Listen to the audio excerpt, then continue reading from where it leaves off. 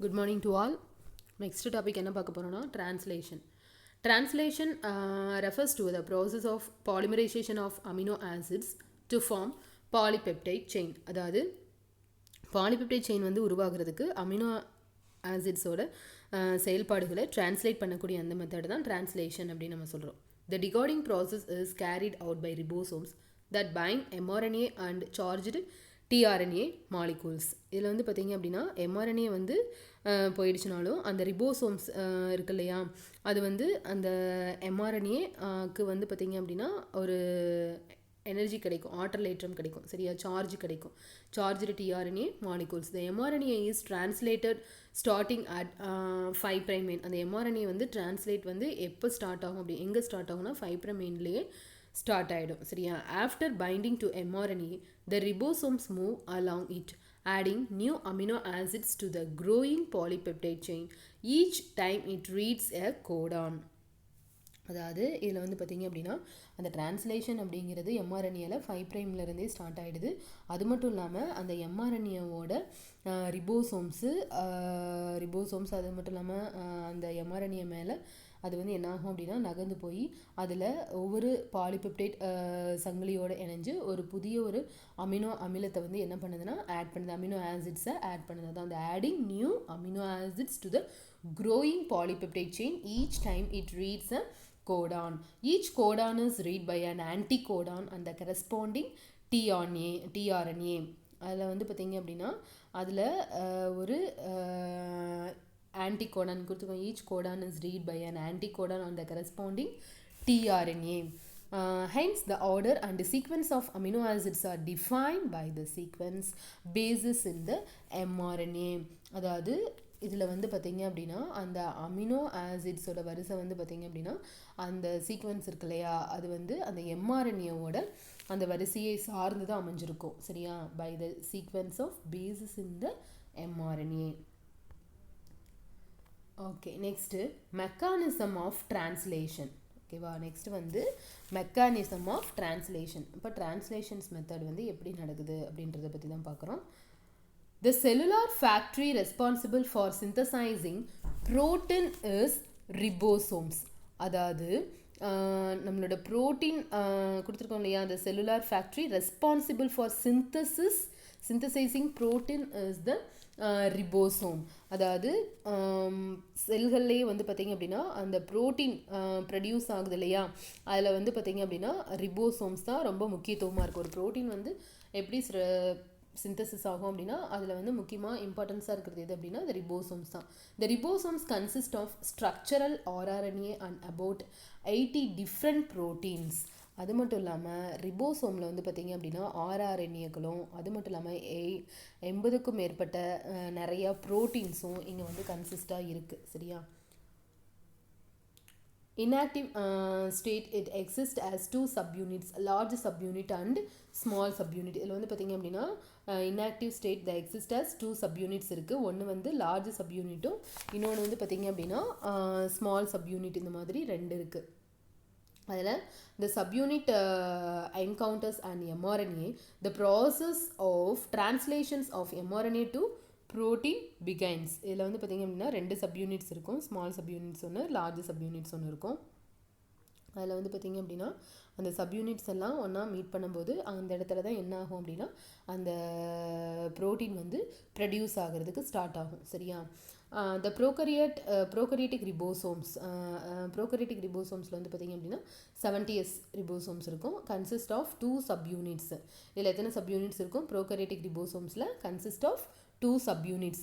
என்னென்ன 2 சப்யூனிட்ஸ்னால் அந்த லார்ஜ் சப்யூனிட்டு, இன்னொன்று வந்து பார்த்திங்க அப்படின்னா ஸ்மால் சப்யூனிட்டுன்னு ரெண்டு இருக்கும். இதில் prokaryotic ribosomes consist of 2 subunits, large subunit, smaller subunit. இப்போ லார்ஜ் சப்யூனிட்ஸ் அப்படிங்கிறது 50s, ஓகேவா, ஸ்மாலர் சப்யூனிட்ஸ் அப்படிங்கிறது 30s. அப்போ டோட்டலாக இங்கே ஃபஸ்ட்டு நம்ம சொன்னோம் இல்லையா, ப்ரோகரியேட்டிக் ரிபோசோம்ஸில் டோட்டலாக எத்தனை சப்யூனிட்ஸ் இருக்கும் அப்படின்னா 2 சப்யூனிட்ஸ். அது ரெண்டையும் ஆட் பண்ணுறது இங்கே வந்து பார்த்திங்க அப்படின்னா ஸ்மாலர் சப்யூனிட்ஸு, இன்னொன்று வந்து பார்த்தோம் அப்படின்னா large subunits. The ribosomes of யூகாரியட்ஸில் வந்து பார்த்தோம் அப்படின்னா 80s ribosomes இருக்கும் or larger consist of 60s and 40s subunits consist இருக்கும்.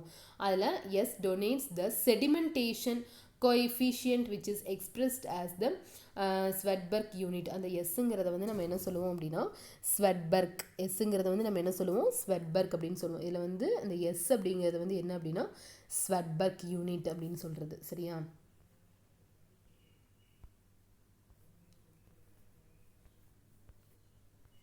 அதுக்கப்புறம் பார்த்தீங்க அப்படின்னா ரீடிங் ஃப்ரேம்னா என்ன?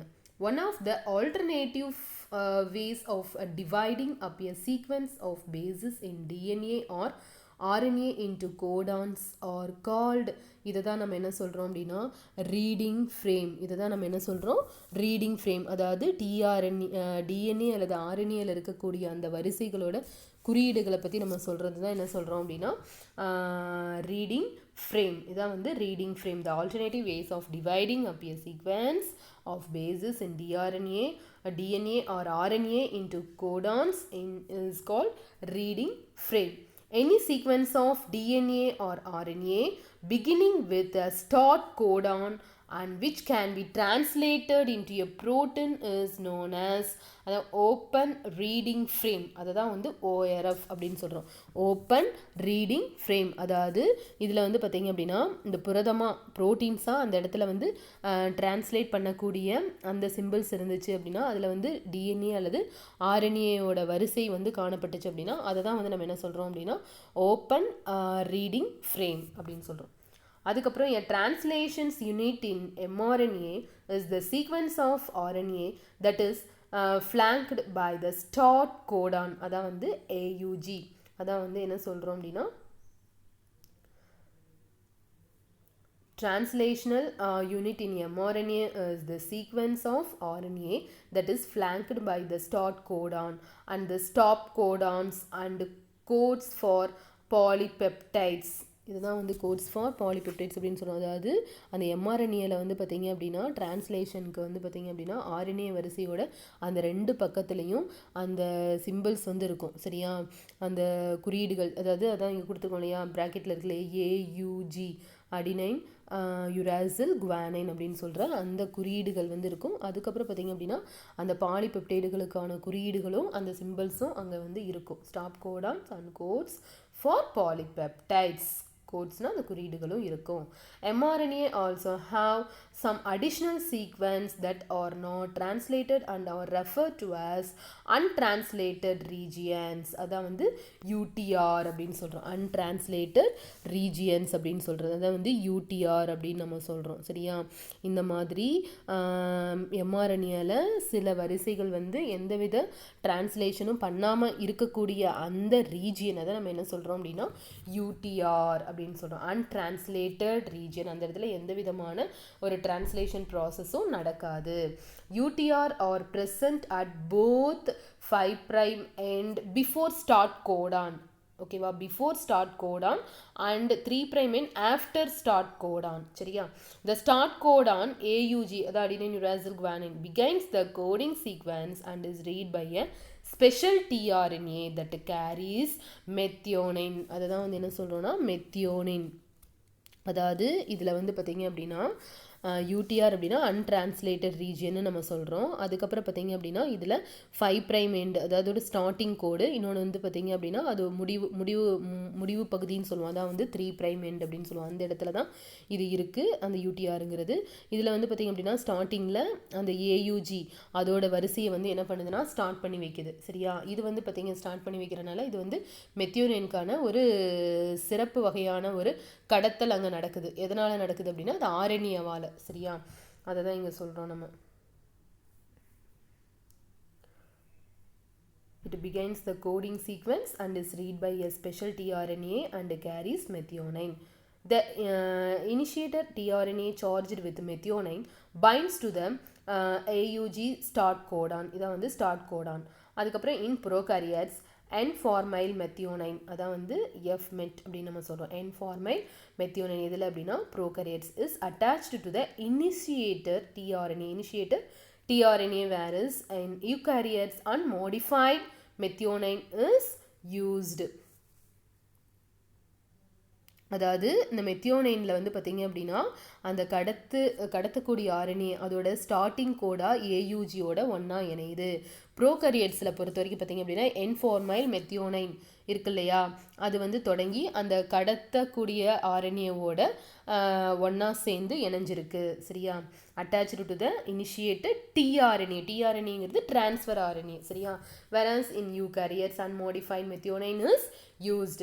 The 5' end of the mRNA of prokaryotes has a special sequence which precedes the initial adenine urans guanine.